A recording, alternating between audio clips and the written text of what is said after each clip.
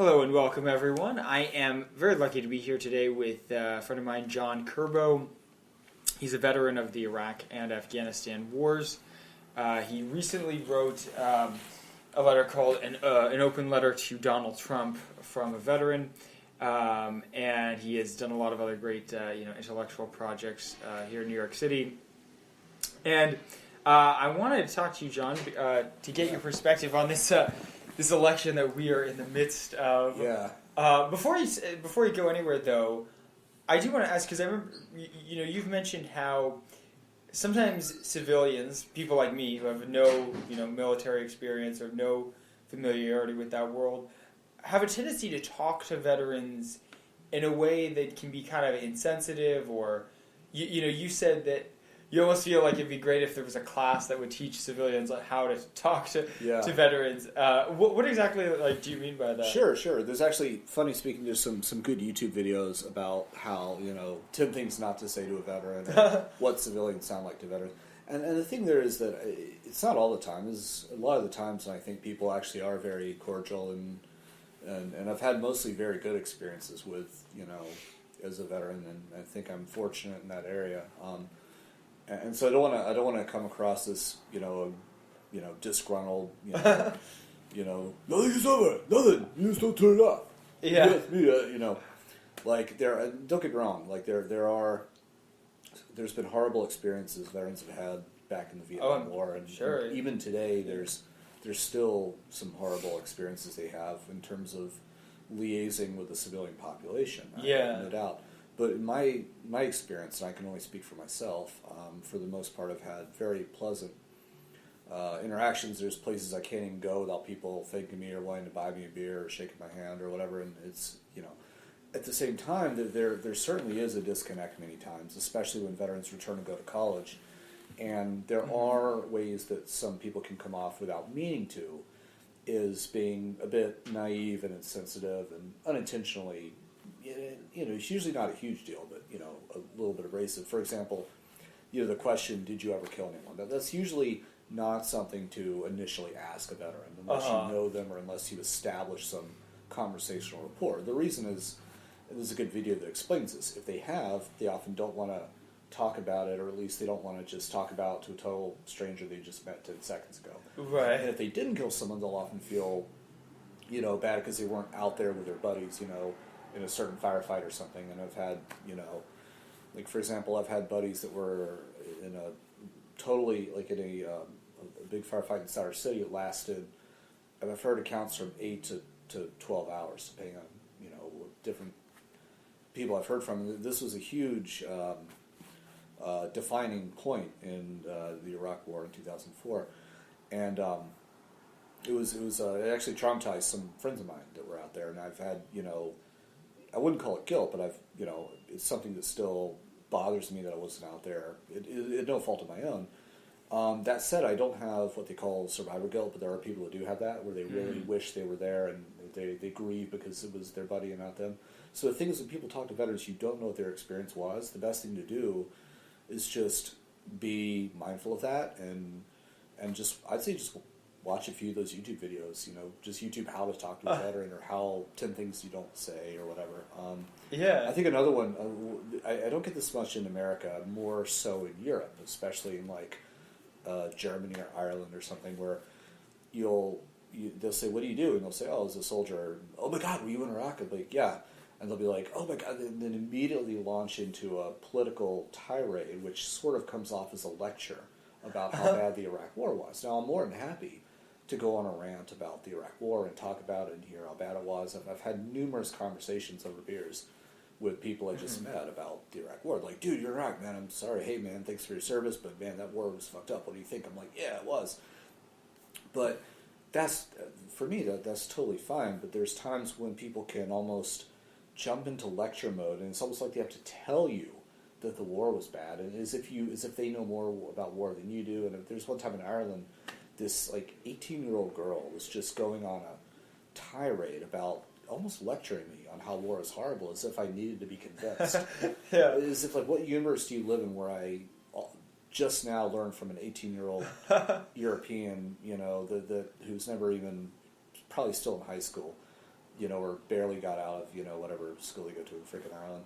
Like, where I just now discovered, based on your brilliant Chomskyan lecture, that you have, I just now realized that war's bad. Thank you so much, 18-year-old random person, for telling me that. Like, that can come off as very insulting when people feel they immediately have to dive into politics, because soldiers aren't political. We do a job and we do our duty, and we have our political opinions, but we feel that sometimes people feel they have to immediately dive into politics right off the bat, as if like if people are going to stage a protest against the war, that's great. By all means, a lot of veterans will join you in that. But the best way to understand how to work with veterans is to be willing to talk to them, be willing to reach out to them, and there's a lot of activists that are very good at doing that. But there's some corners of the left-wing activist world, not most, but some, that are very unfriendly to veterans. That a lot of it will really dissuade veterans from being part of those movements. And I've seen both ends of this. I've seen people on the left that are very warm toward vets, extremely so.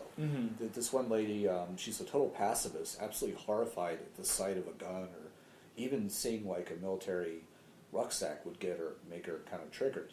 She's a very no pun intended. Yeah.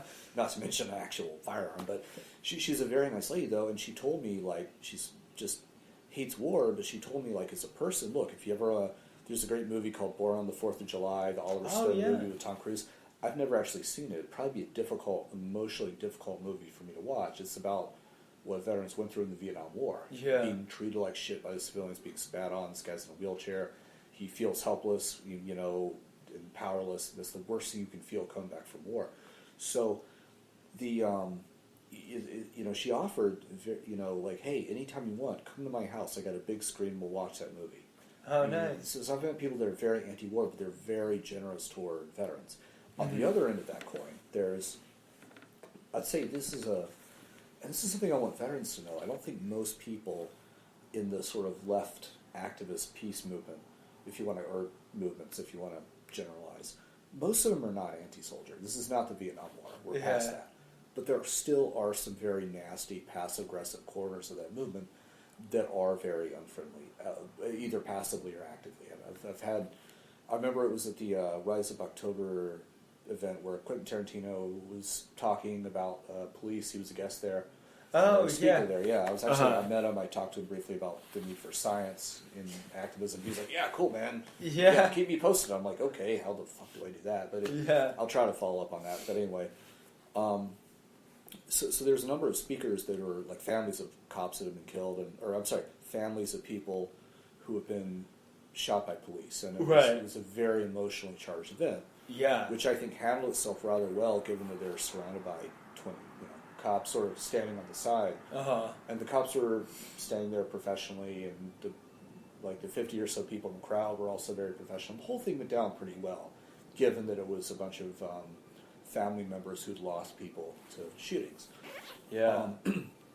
And the thing about these events is they often attract people that are very passionate about activism, and in a lot of these pockets of activism on the left, that's gonna also attract some of these people that are just out there, just way freaking out there. Right.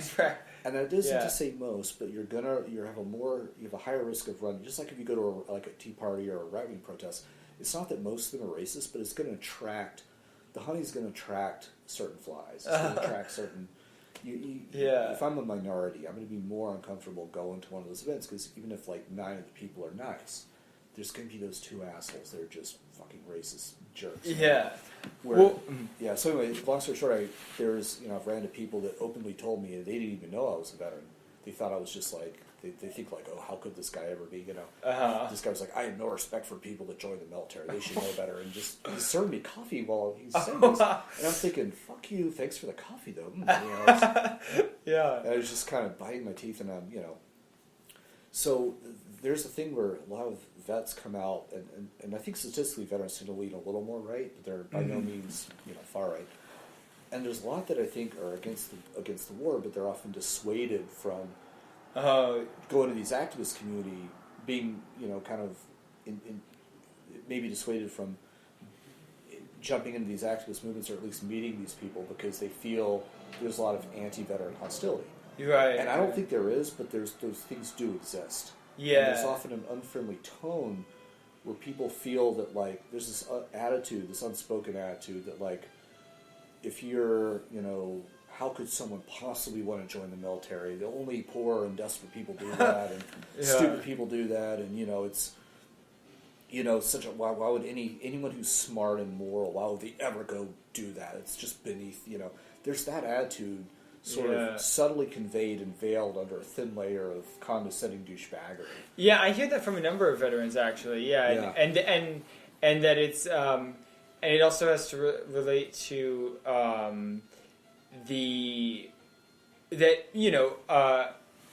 not every group of American society sends people into the military at an equal rate, and that I often hear from.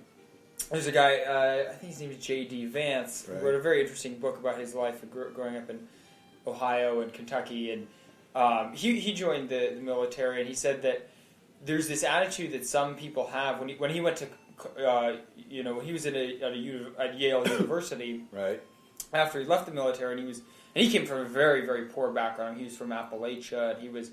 That's interesting. Yeah, and he was at this, he's at Yale, and...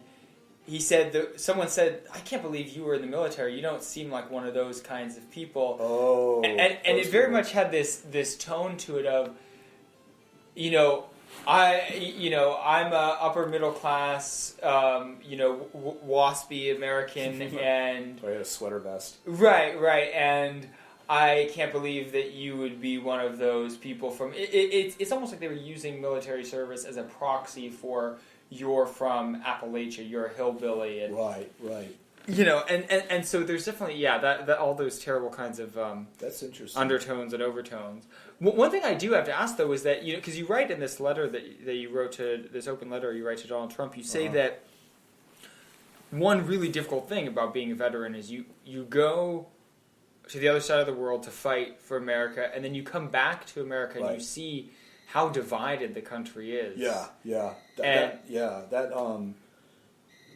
That was a very personal, and this is something that would probably go beyond the scope of any one discussion. I mean, this is something I'm going to have to write a book in of itself about. And there's a paper I wrote called One Community at a Time. It was actually modeled after a paper called One Tribe at a Time about Afghanistan, about the idea of the story of a Special Forces Green Beret team that lived and fought alongside Afghans in a village, actually an area of Afghanistan where I was actually in.